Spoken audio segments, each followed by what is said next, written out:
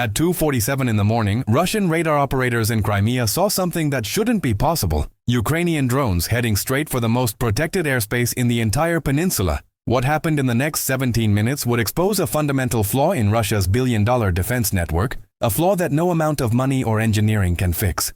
Good evening. My name is Robert Harrison, independent journalist. And what I'm about to show you isn't just a story about drones attacking radar stations. This is a story about how the basic laws of physics defeated some of the most sophisticated military technology on Earth. How consumer electronics flying at highway speeds became invisible to weapons designed to track ballistic missiles in space, and how Ukraine just rewrote the rulebook on modern air defense. Because on that early morning in Crimea, something happened that military analysts are still struggling to explain. Let me walk you through it. At exactly 2:47 a.m. local time, a Russian patrol boat detected something on its radar. Multiple small contacts crossing into Crimean airspace, heading directly toward Mount Ipetri, the strategic high ground that houses Russia's most critical early warning systems for the entire Black Sea region. Within seconds, a Pantsir S-1 air defense system swiveled into action. This isn't leftover Soviet equipment. The Pantsir S-1 is Russia's premier point defense weapon, specifically designed to protect high-value targets from cruise missiles, aircraft, and precision munitions. It costs approximately $15 million per unit. It carries 12 surface-to-air missiles and twin 30mm cannons. And it's supposed to be lethal against exactly this type of threat. The system locked on. 5 missiles streaked through the darkness. 30 million rubles, roughly $300,000, of precision weaponry launched in rapid succession. And then the impossible happened. Every single missile missed. The Ukrainian drones kept flying, completely untouched, now inside Crimean airspace with a clear path to their targets. Now, before I explain why this happened, you need to understand what was at stake on that mountain. Mount Ipetri isn't just high ground. It's the nerve center of Russia's air defense network for western Crimea. At its summit sit multiple radar installations housed in distinctive white domes. Structures that cost tens of millions of dollars each and contain equipment worth hundreds of millions more. These aren't ordinary radars. The Nebo-M system can detect stealth aircraft at 600 kilometers. The Podlyot K-1 tracks cruise missiles and low-altitude threats at 300 kilometers. The 96L6E cheeseboard radar provides targeting data for S-400 missile batteries, coordinating engagements against up to 100 targets simultaneously. Together, these systems form an integrated network that's supposed to make Crimea's airspace impenetrable. They provide early warning, track incoming threats, coordinate defensive responses, and guide interceptor missiles to their targets. Ukraine needed to take them out, and they were about to do it with drones that cost less than an iPhone. So why couldn't the Pantsir hit them? The answer lies in something called a Doppler notch. And understanding this explains everything that followed. Radar systems don't just see objects. They measure how fast something is moving toward or away from them. That's called radial velocity. When a target has high radial velocity, like an aircraft flying toward the radar, it stands out clearly against background clutter.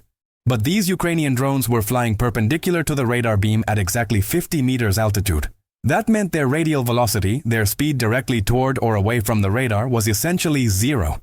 To the Pantsir's computer, a target with zero radial velocity looks identical to stationary ground clutter, trees, buildings, terrain features. So the system's signal processor filters it out automatically, treating it as background noise.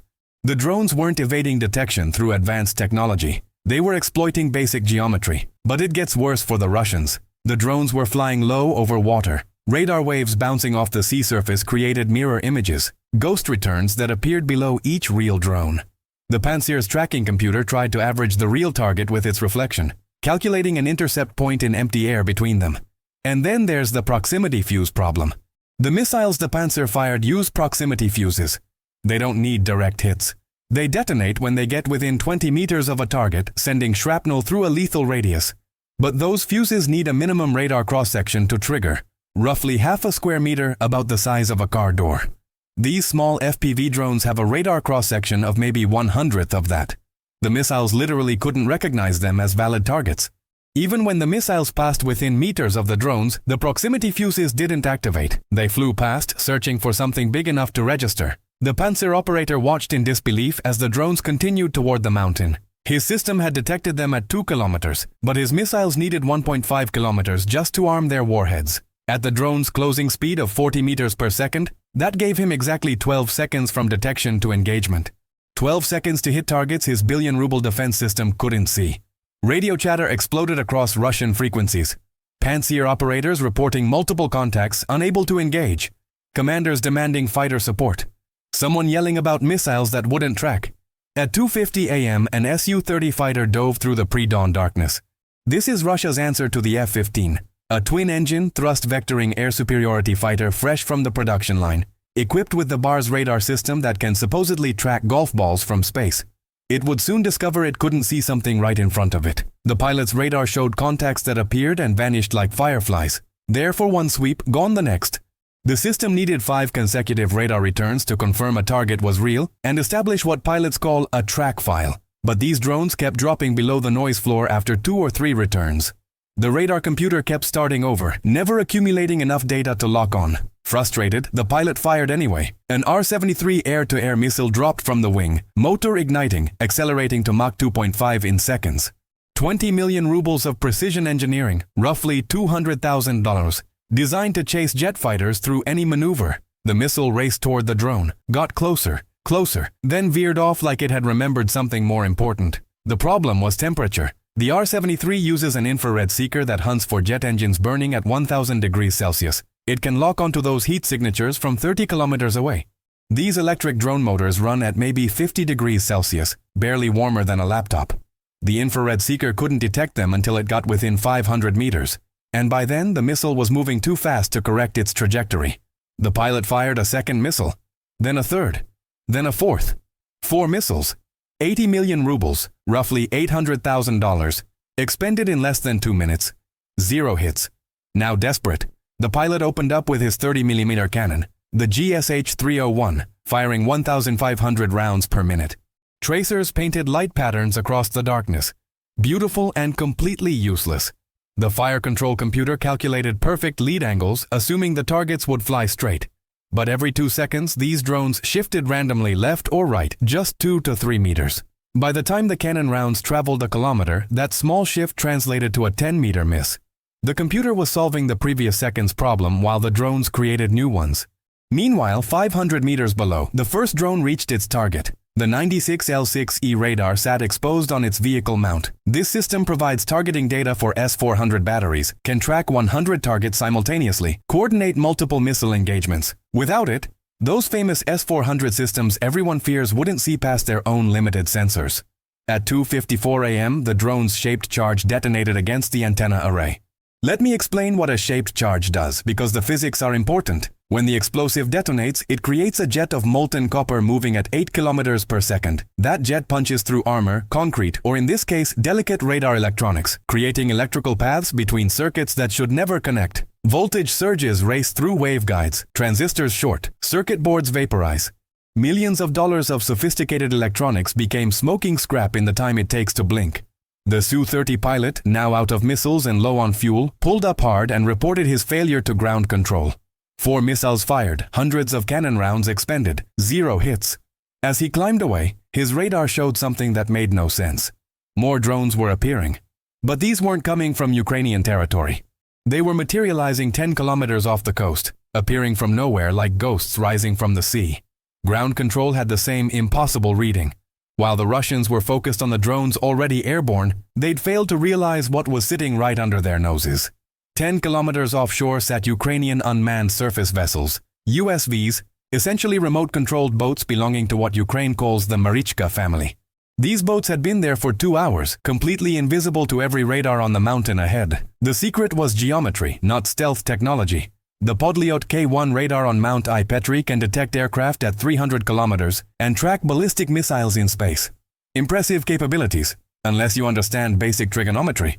Sitting at roughly 1,100 meters elevation with a minimum depression angle of 2 degrees, the radar physically cannot see anything below 43 meters altitude within 10 kilometers of shore. These boats cruise at 5 meters above the waves. They weren't evading detection through electronic warfare or stealth coatings. They were sailing through a blind zone the size of a small city that physics had carved into the coverage. And they were launching more drones. Here's how the relay system works, because this is where Ukrainian ingenuity really shines. Ukraine doesn't fly drones directly from Odessa to Crimea with a single radio signal. That would be impossible. The Earth's curvature and distance would block the connection after just a few kilometers. Instead, they use these relay boats sitting 10 to 20 kilometers off the Crimean coast. The boats act like floating cell towers with tall antennas, high-powered radios, and Starlink satellite links. The drone operator in Odessa sends commands through an encrypted internet connection to the boat. The boat transmits those commands to the drones nearby. The drone's video feed takes the same path in reverse, from drone to boat to Odessa almost instantly. This means Ukraine doesn't need boats covering the entire 200-plus kilometer distance. Just 3 to 5 relay boats positioned offshore can handle the mission. They stay close enough to the drones to maintain a clean, low-latency connection, while secure long-range data links handle the distance between operator and boats. Ukrainian operators were conducting combat missions while drinking coffee in Odessa, controlling everything through what was essentially a floating Wi-Fi extender. And here's the brilliant part. Even if Russia figured out where the signals originated, they couldn't hit them. The boats were cruising at 15 knots or less, deliberately staying below the 20-knot threshold that Russian radar processors use to filter out civilian traffic. To the computers watching Crimea's shores, they looked exactly like fishing boats or cargo vessels, not worth military attention. They were invisible by choice. By 2:57 a.m., more boats became visible as dawn approached, each launching its own swarm. The drones didn't form obvious military attack patterns. They scattered like startled birds, each taking seemingly random paths that would converge on IP3 at exactly the same moment. Within 2 minutes, the lead drone of the second swarm approached the first dome structure. These domes are engineering marvels. Smooth concrete and fiberglass designed to survive aerial bombardment, rated to withstand 500 psi of overpressure from bombs exploding overhead. But the Ukrainian operators had found what the designers overlooked: emergency access panels at ground level where maintenance crews could enter. These panels could handle massive overpressure from above. But nobody had considered direct contact with shaped charges delivering 2 million psi at the point of impact. The reinforced steel might as well have been paper. At 2:59 a.m., the Nebo dome took a direct hit. This radar is Russia's crown jewel, their answer to stealth technology. Using meter wave frequencies that can supposedly detect F-35s at 600 kilometers, providing early warning data that every S-400 battery in Crimea depends on. Without it, those batteries would be blind beyond their own 40-kilometer radar horizon. By 3:02 a.m., the mountain was engulfed in explosions. The Nebo's massive VHF array, now exposed through its punctured dome, took direct hits to crucial junctions. The shaped charges didn't just make holes. They created plasma channels that turned insulators into superconductors.